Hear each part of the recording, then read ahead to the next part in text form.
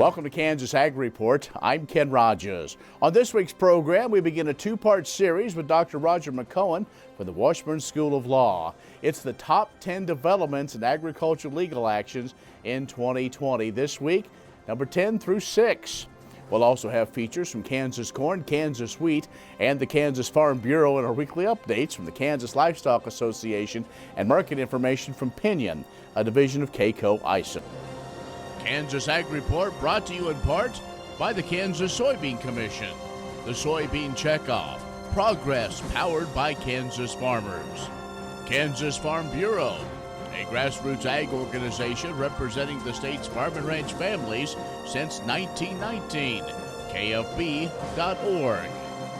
And the Kansas Wheat Commission, lending in the adoption of profitable innovations from wheat, online at kswheat.com.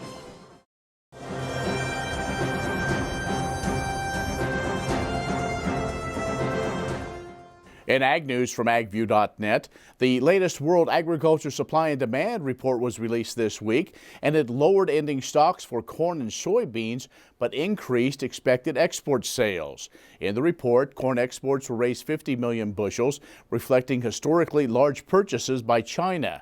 Now, with no other use changes, USDA did lower corn ending stocks 50 million bushels as a result. The season average corn price was raised 10 cents to $4.30 a bushel. Meanwhile, soybean exports are projected at 2.25 billion bushels, up 20 million from last month, reflecting record high marketing year exports through January and a slow start to Brazil's export season. Now, with the soybean crush unchanged, soybean ending stocks will reduce 20 million bushels to 120 million. Now, if that's realized, soybean ending stocks will be down 77% from the 2019-20 marketing year and the lowest since 2013-14 year. The U.S. season average soybean price for 2020-21 forecast $11.15 a bushel, unchanged from a month ago. And the supply and demand outlook for wheat largely unchanged in the latest report. And U.S. pork exports reached nearly 3 million metric tons in 2020, topping the 2019 record by 11%. That according to the U.S. Meat Export Federation. Pork export value also climbed 11% to a record $7.71 billion. Exports set new annual records in China and Hong Kong, Central America, Vietnam, and Chile, and achieved strong fourth quarter growth in Japan and Mexico. By the way, U.S. beef exports finished 2020 lower year over year, falling 5% in both volume at 1.25 million metric tons and value at $7.65 billion. More ag news at agview.net. Stay with us, more in a moment. Kansas Ag Report brought to you in part by the Kansas Livestock Association, supporting members' business interests and meeting consumer demands. KLA.org. Oldie Seed Farms, carrying soil-specific seed. Find them on the web at oldieseed.com. That's OHLDE seed.com. And Kansas Corn, building the future at kansascorn.com.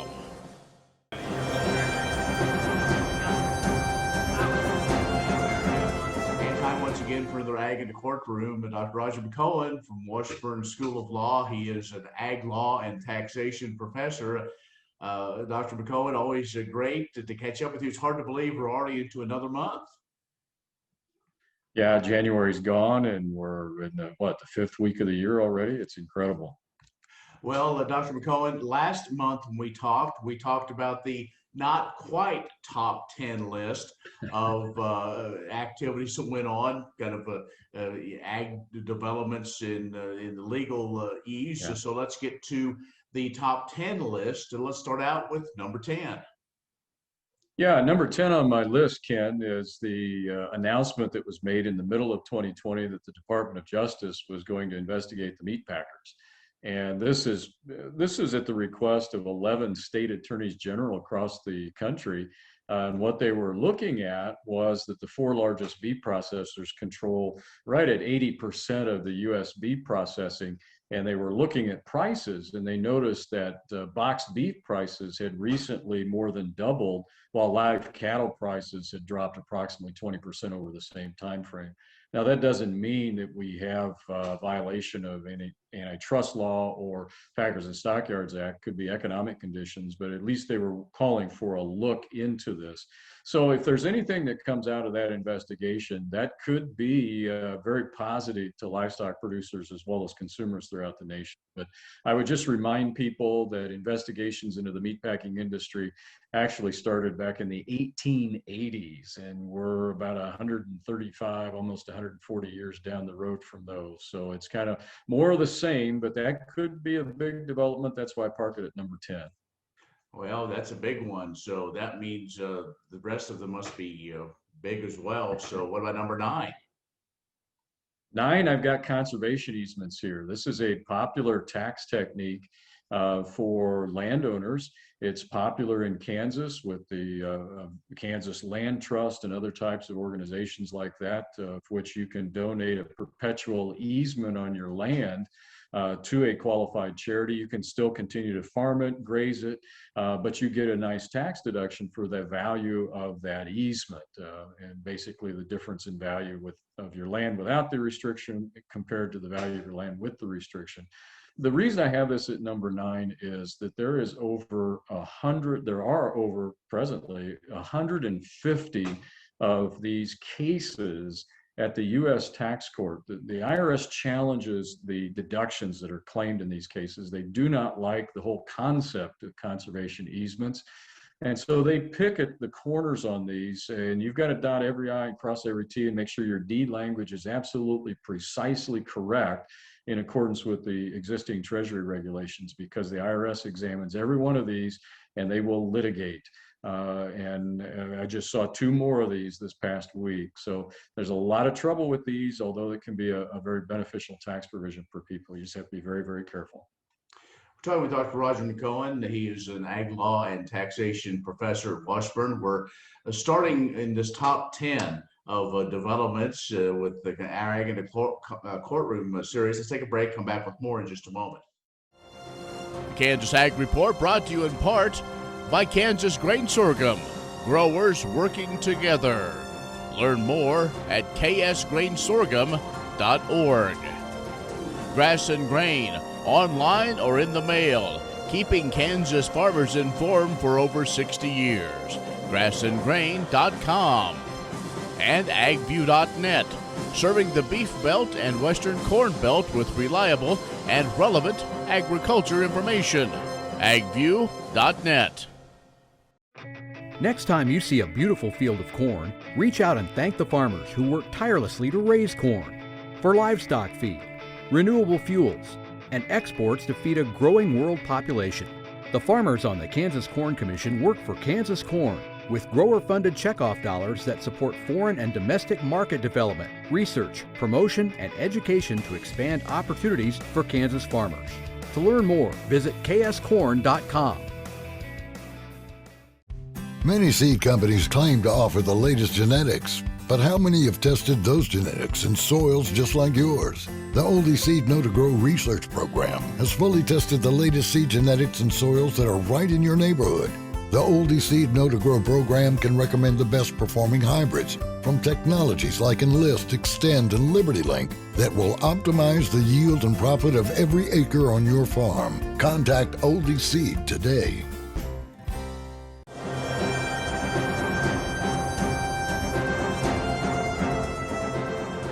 Doing makes 2-parter, so we'll have some more time. So we'll probably do, whatever 10 through 6 or 5, and then do, because the top, where we're going, the top 4, you could probably spend a couple minutes on each, especially the top 4, don't you think? Yeah. Oh yeah. I'm trying to fit it with whatever you give me. Right. Okay, so we'll come back with 8 and 8. Mm-hmm. 8 and 7 at least, and see where we are. Okay. All right. Okay. Part 2 in 3, 2, 1. And our guest is Dr. Roger McEowen. We are going through his top 10 list of actions that took place in 2020. And this is going to, there's a lot of stuff going on. So we're actually going to extend this on another week as well, just to get everything in, because we want to make sure there's plenty of time. So when we took the break, I think we're now up to number 8. Yeah, Ken. Number 8, I have an important case out of the federal district court in the District of Columbia that occurred just after Thanksgiving in 2020, and it's called the telematch case. And what it involves is the question of how much of the data that a farmer shares with USDA, say for purposes of participating in federal farm programs, how much of that's actually available to public inspection under a Freedom of Information Act request. And we had an important decision that protected a lot of that data. USDA had a request to release this to this company known as Telematch, and they refused to release a lot of the data. And the reason they did so is because they said, well, it's private in certain respects because it identifies particular farmers and farm locations, and by number it identifies them. And there are some exceptions to FOIA requests, and if it would be an invasion of privacy, USDA does not have to release those records. And the court upheld the USDA's refusal in this instance, saying they properly withheld customer numbers from disclosure because it would have been an invasion of personal privacy. So you have to fit within one of those exemptions, and they did in this instance. That case is on appeal, so we'll see that one in 2021. Well, these are all big. So what about number 7? Well, 7 deals with the Natural Resource Conservation Service. In 2020, they came up with a final rule on the conservation provisions of the 1985 Farm Bill. And in that, they explained how they will tweak their procedures for identifying wetlands, known as the delineation process, and how they determine those and certify those on land. Because that's an issue of whether you're eligible or ineligible for USDA farm program benefits. They also dealt with the issue of best drain condition, and I take some issue with actually what they were saying here. I'm not sure that they're actually complying with a federal court opinion back a little over 20 years ago in a case coming out of the 8th Circuit in 1999. I still don't think they are complying with that, but delineations and determining what best drain condition is because the landowner is entitled to that, the historic drainage on their property. So that's a big one in terms of regulatory aspects and the ability to participate in farm programs. Those rules are very important. Okay, before we wrap up this segment, let's do number 6. 6 is what I call a dormant commerce clause case. It's a 9th Circuit opinion involving the National Animal Meat Institute. What this deals with is a problem that California has been giving us for about the past decade. And that is, California's got this proposition initiative referendum process out there. And sometimes they get some silly things. And what they've had over the past few years through that process are rules that say if you want to sell ag products such as eggs, poultry, veal cuts to our consumers in California, then you have to raise them in the way that we want you to raise them. You've got to raise the chickens in certain size cages, so forth and so on. So to get access to their market, they're dictating the manner of the agricultural practices in Iowa or Missouri or Kansas or wherever. And there was a challenge to that under the Dormant Commerce Clause saying, well, you can't do that. You can't basically tell us how we're going to regulate our own industry in our state. That's our business. The 9th Circuit upheld them, Ken. They said that that's not a Dormant Commerce Clause violation. Those cases continue, so that's going to be an issue that's still going to be there in 2021. That's a big one. And you may recall a number of years ago, there was an attempt to put language in the Farm Bill that would block a state from doing something like that, but it never made it through. We're talking with Dr. Roger McEowen, and we're going to hold him over for next week's program as we talk about his top 10 list of developments, agriculture, when it comes from the legal standpoint. So stay with us. Roger McEowen will be back with us next week. So we'll have more in just a moment.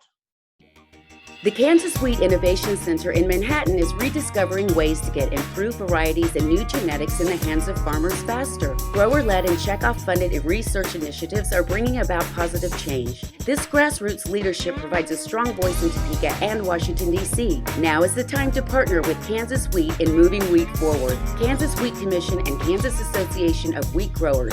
Farmers investing in their future and yours. Log on to rediscoverwheat.org.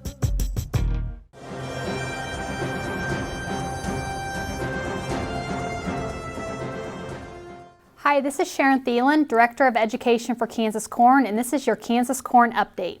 Kansas Corn STEM has done a great job of supporting teachers across the state the last 4 years, averaging around 1,200 teachers using our resources. We're very excited that this spring we're going to roll out a new program called the Kansas Corn We Grow Corn Library Series, focused on public libraries. We created a We Grow Corn book about 4 years ago, and our focus now is getting that book not only in our schools but now into our public libraries. We know public libraries are trying to get students and people from the community into their building, and so we have broken this book down into 6 different segments, providing snacks, different activities, videos, all educating people about how we grow corn in Kansas and how agriculture plays a big role in the economy of Kansas. So any of you that have a public library in your community, we really encourage you to visit wegrowcorn.com and get your library excited about incorporating education about corn in their library program. Next time you see a beautiful field of corn, reach out and thank the farmers who work tirelessly to raise corn for livestock feed, renewable fuels, and exports to feed a growing world population. The farmers on the Kansas Corn Commission work for Kansas Corn with grower-funded checkoff dollars that support foreign and domestic market development, research, promotion, and education to expand opportunities for Kansas farmers. To learn more, visit kscorn.com. Imagine turning soybean oil, used cooking oils, and waste animal fats into fuel so amazing it drives U.S. jobs and our economy forward. Learn more about biodiesel at americasadvancedbiofuel.com.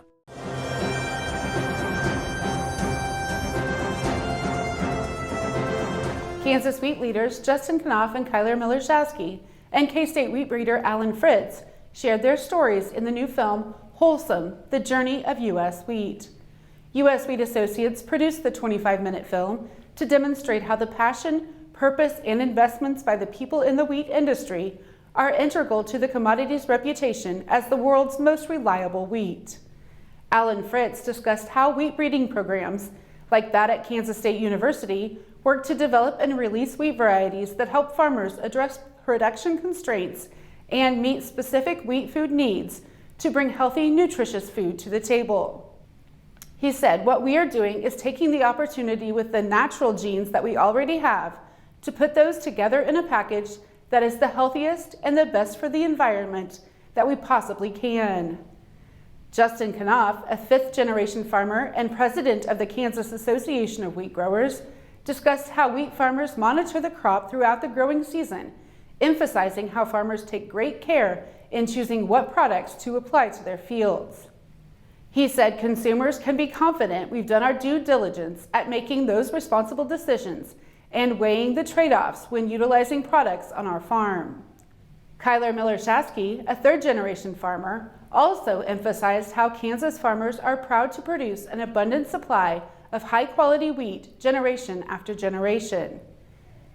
He said, as a farmer and as a wheat grower specifically, there's a certain responsibility and a weight that you feel to not only provide a high-quality product, but enough of it to feed the world. We want to have the bragging rights that, hey, we've got the best wheat in the world. Buy from us.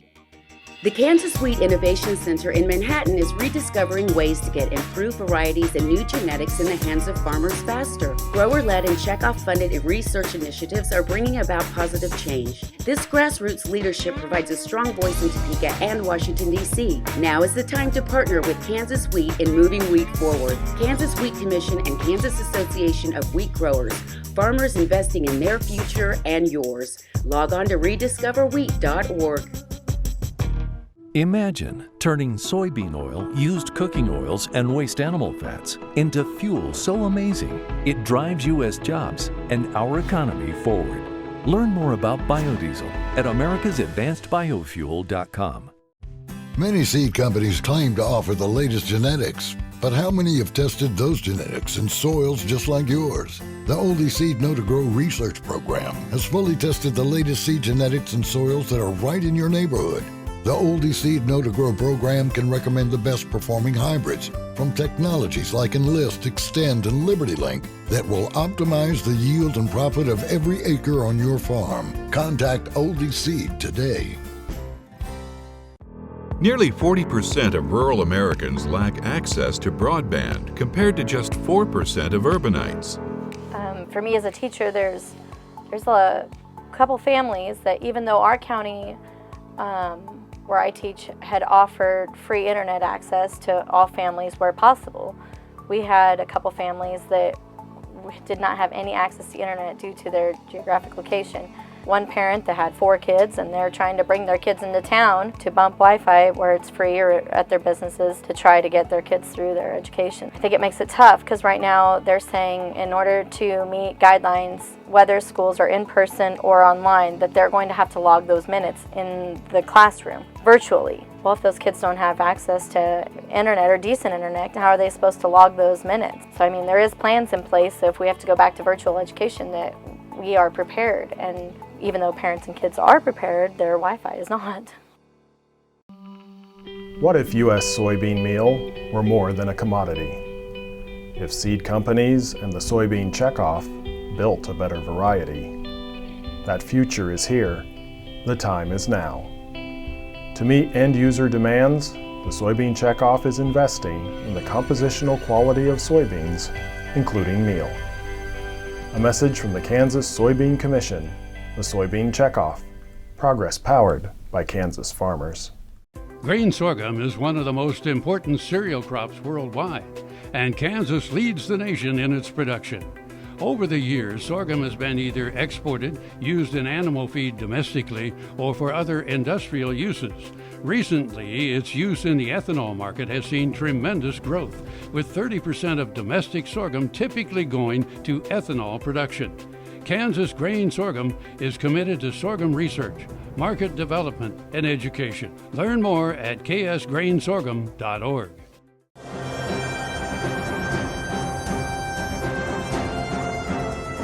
The Masters of Beef Advocacy program has revamped its advocacy training modules. MBA Next Gen updates the popular MBA training modules, making it even easier for a new generation of farmers and ranchers to advocate for the beef industry.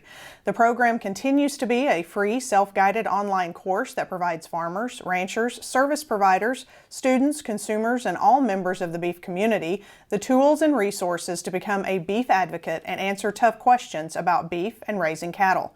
MBA Next Gen consists of 5 lessons focused on the beef community: raising cattle on grass, life in the feed yard, beef processing, and the important role beef plays in a healthy diet.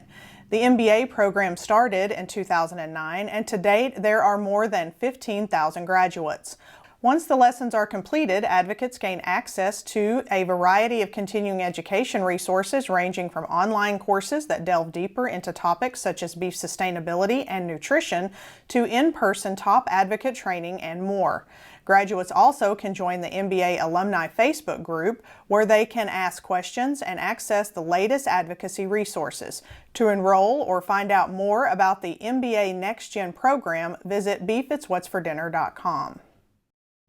Many seed companies claim to offer the latest genetics, but how many have tested those genetics in soils just like yours? The Oldie Seed Know to Grow research program has fully tested the latest seed genetics in soils that are right in your neighborhood. The Oldie Seed Know to Grow program can recommend the best performing hybrids from technologies like Enlist, Extend, and LibertyLink that will optimize the yield and profit of every acre on your farm. Contact Oldie Seed today. What if sustainability were synonymous with U.S. soy?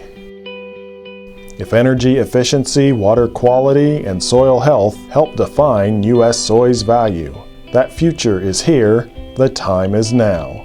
To meet end-user demands, the Soybean Checkoff is committing to sustainability that's achievable, worthwhile, and enduring. A message from the Kansas Soybean Commission, the Soybean Checkoff, progress powered by Kansas farmers.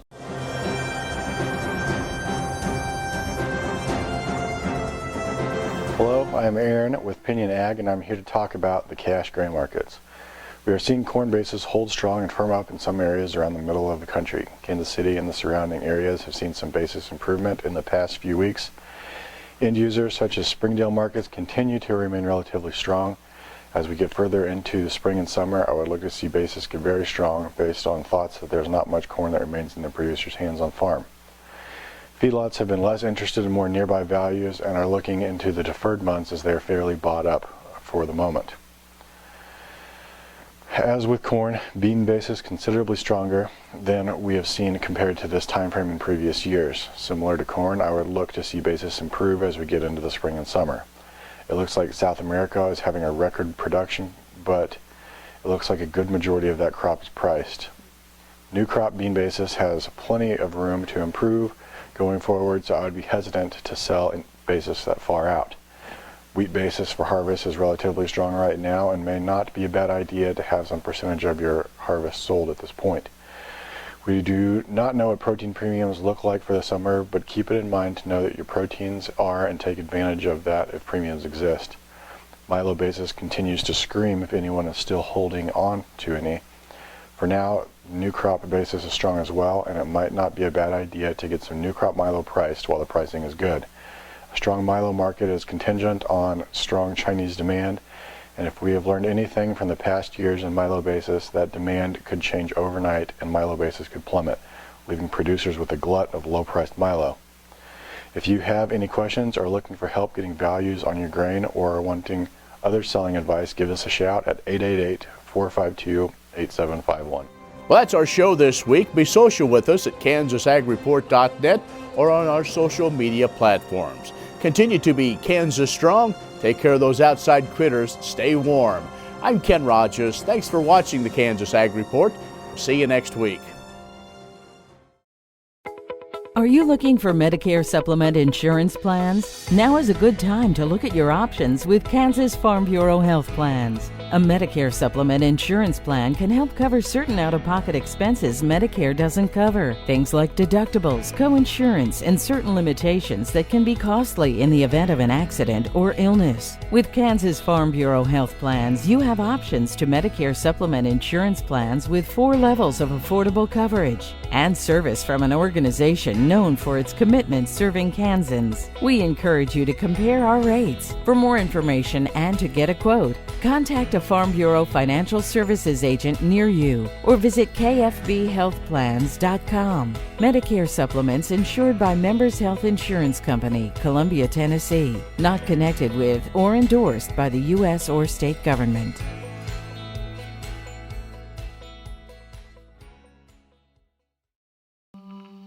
What if U.S. soybean meal were more than a commodity? If seed companies and the soybean checkoff built a better variety? That future is here. The time is now. To meet end-user demands, the soybean checkoff is investing in the compositional quality of soybeans, including meal. A message from the Kansas Soybean Commission, the Soybean Checkoff. Progress powered by Kansas farmers.